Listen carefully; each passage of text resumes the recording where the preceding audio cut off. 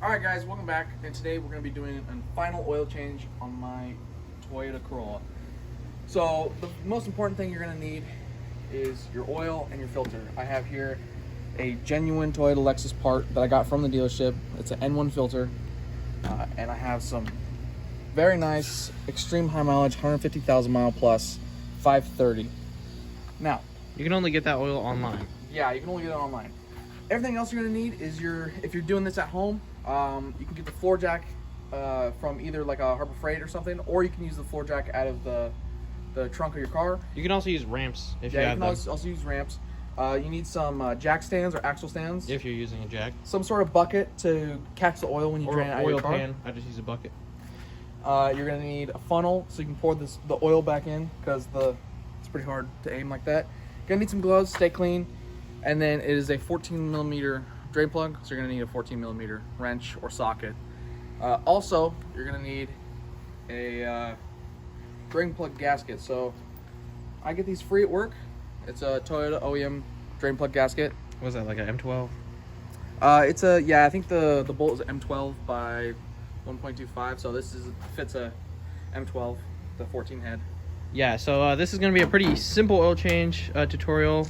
My Volvo is kind of difficult because there's a drain or like a skid plate underneath. You got to remove and stuff. But yeah, this one has no. This one is going to be really easy, and you only need like 4 and something quarts of oil. So yeah, you only need about 4 and a half 5 quart bottle. About 4 and a half quarts.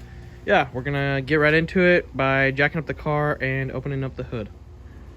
Okay, guys, Cameron just popped the hood with the interior hood release. Oakley's here to help us. First thing you're gonna want to get is your gloves on, and you can go ahead and. Gloves aren't necessary, by the way.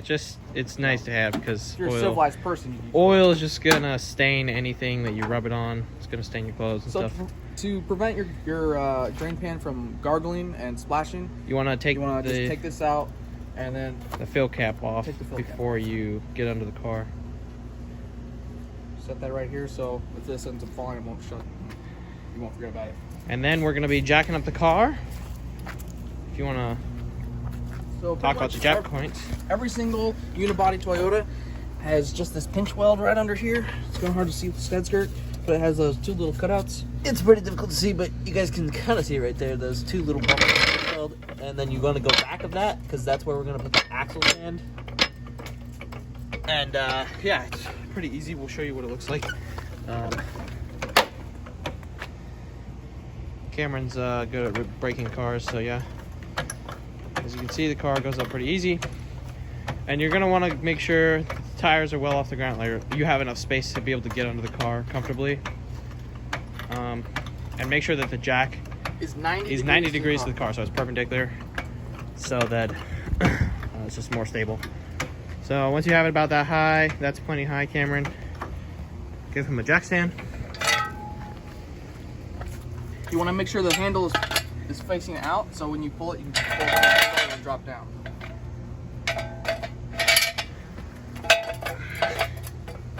And then you're going to slowly lower, very slowly, onto the jack stand, and hold on. boom. Oh, just a little bit.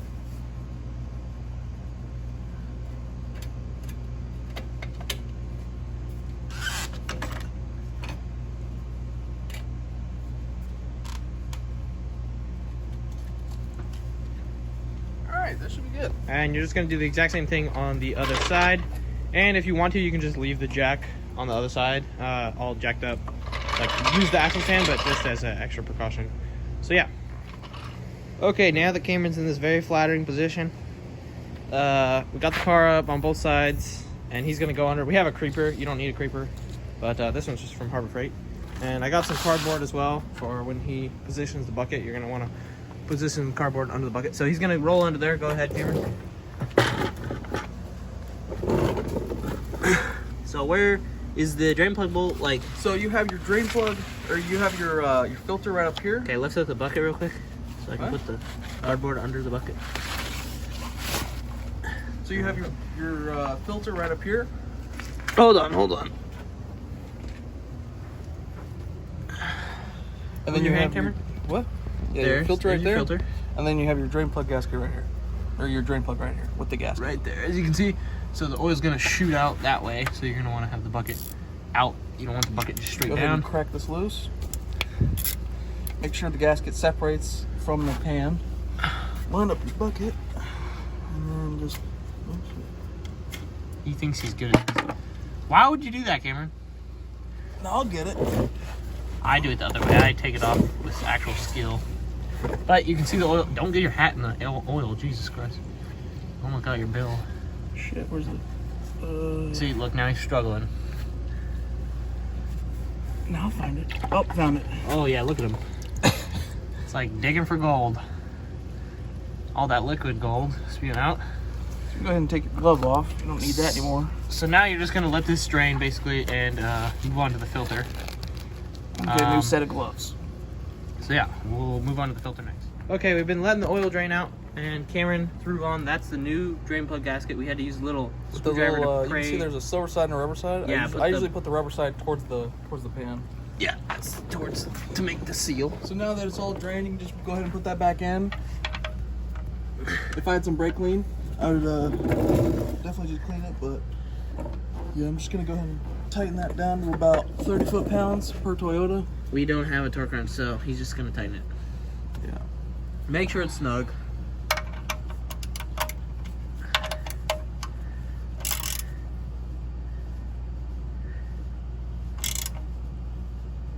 That's right. Feels about right.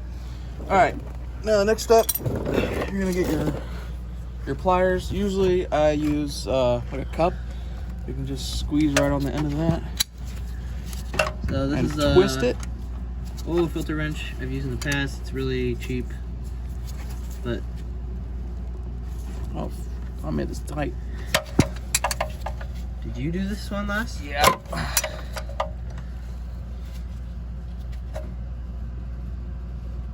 Oh, Oh, man. I saw it starting to move. Put that there.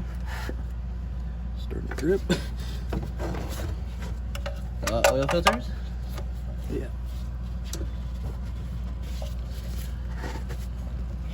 Let's see. Oh. Camera's not very strong, so you might have to let me do it. No, I got it. There you go. And guys, when you put it back, we're just gonna hand tighten it. It doesn't need to be super tight, because then this happens and it's a pain in the butt. Whoa, what the you just crushed the hell out of the oil filter. Yeah? Wow, this is a cheap oil filter. It's actually the Toyota OEM filter, so... Yeah, not very good, guys. Apparently you can smash No, it. they're very good. Don't know what you're talking about. This is why you need to get a European car that has a filter housing. Way better. Go ahead and drain that into the... It's draining into our bucket.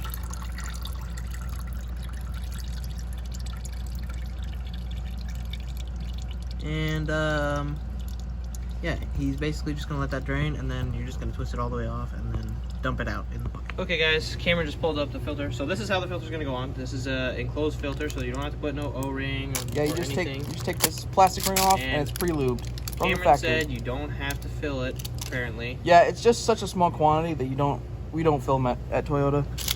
So yeah, so this is already So ready to go. You just, all you have to do is clean the mating surface so of yeah, where you the just filter use came paper off towels with some on the paper towels, housing where it's screwed in. and then just screw this in, make it nice and hand tight, and then clean up everything underneath the car, make sure everything's nice and tidy, and then we can move to up top. Yeah, so he's just gonna screw that back in where it came out. Just hand tight, like pretty snug, but just don't use any tools because then it'll be too tight. Okay guys, Cameron got the oil filter on and lowered down the car. Just removed the jack stands one at a time, both sides, slowly lowered the car. And now we're up top. He already, make sure you tighten the drain bolt before you lower the car, or else you're gonna have to jack the car up again. Or if you leave it out, then you're gonna have a big mess. So yeah, he's just gonna fill this up with how many quarts? 4.5? Yeah, about 4.5. So yeah, use your funnel. If you're really good, you don't need a funnel, but yeah.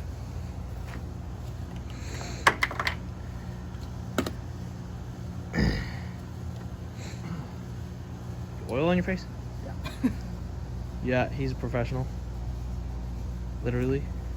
Gets paid to do this. Not the videos, we don't get paid. No, yeah.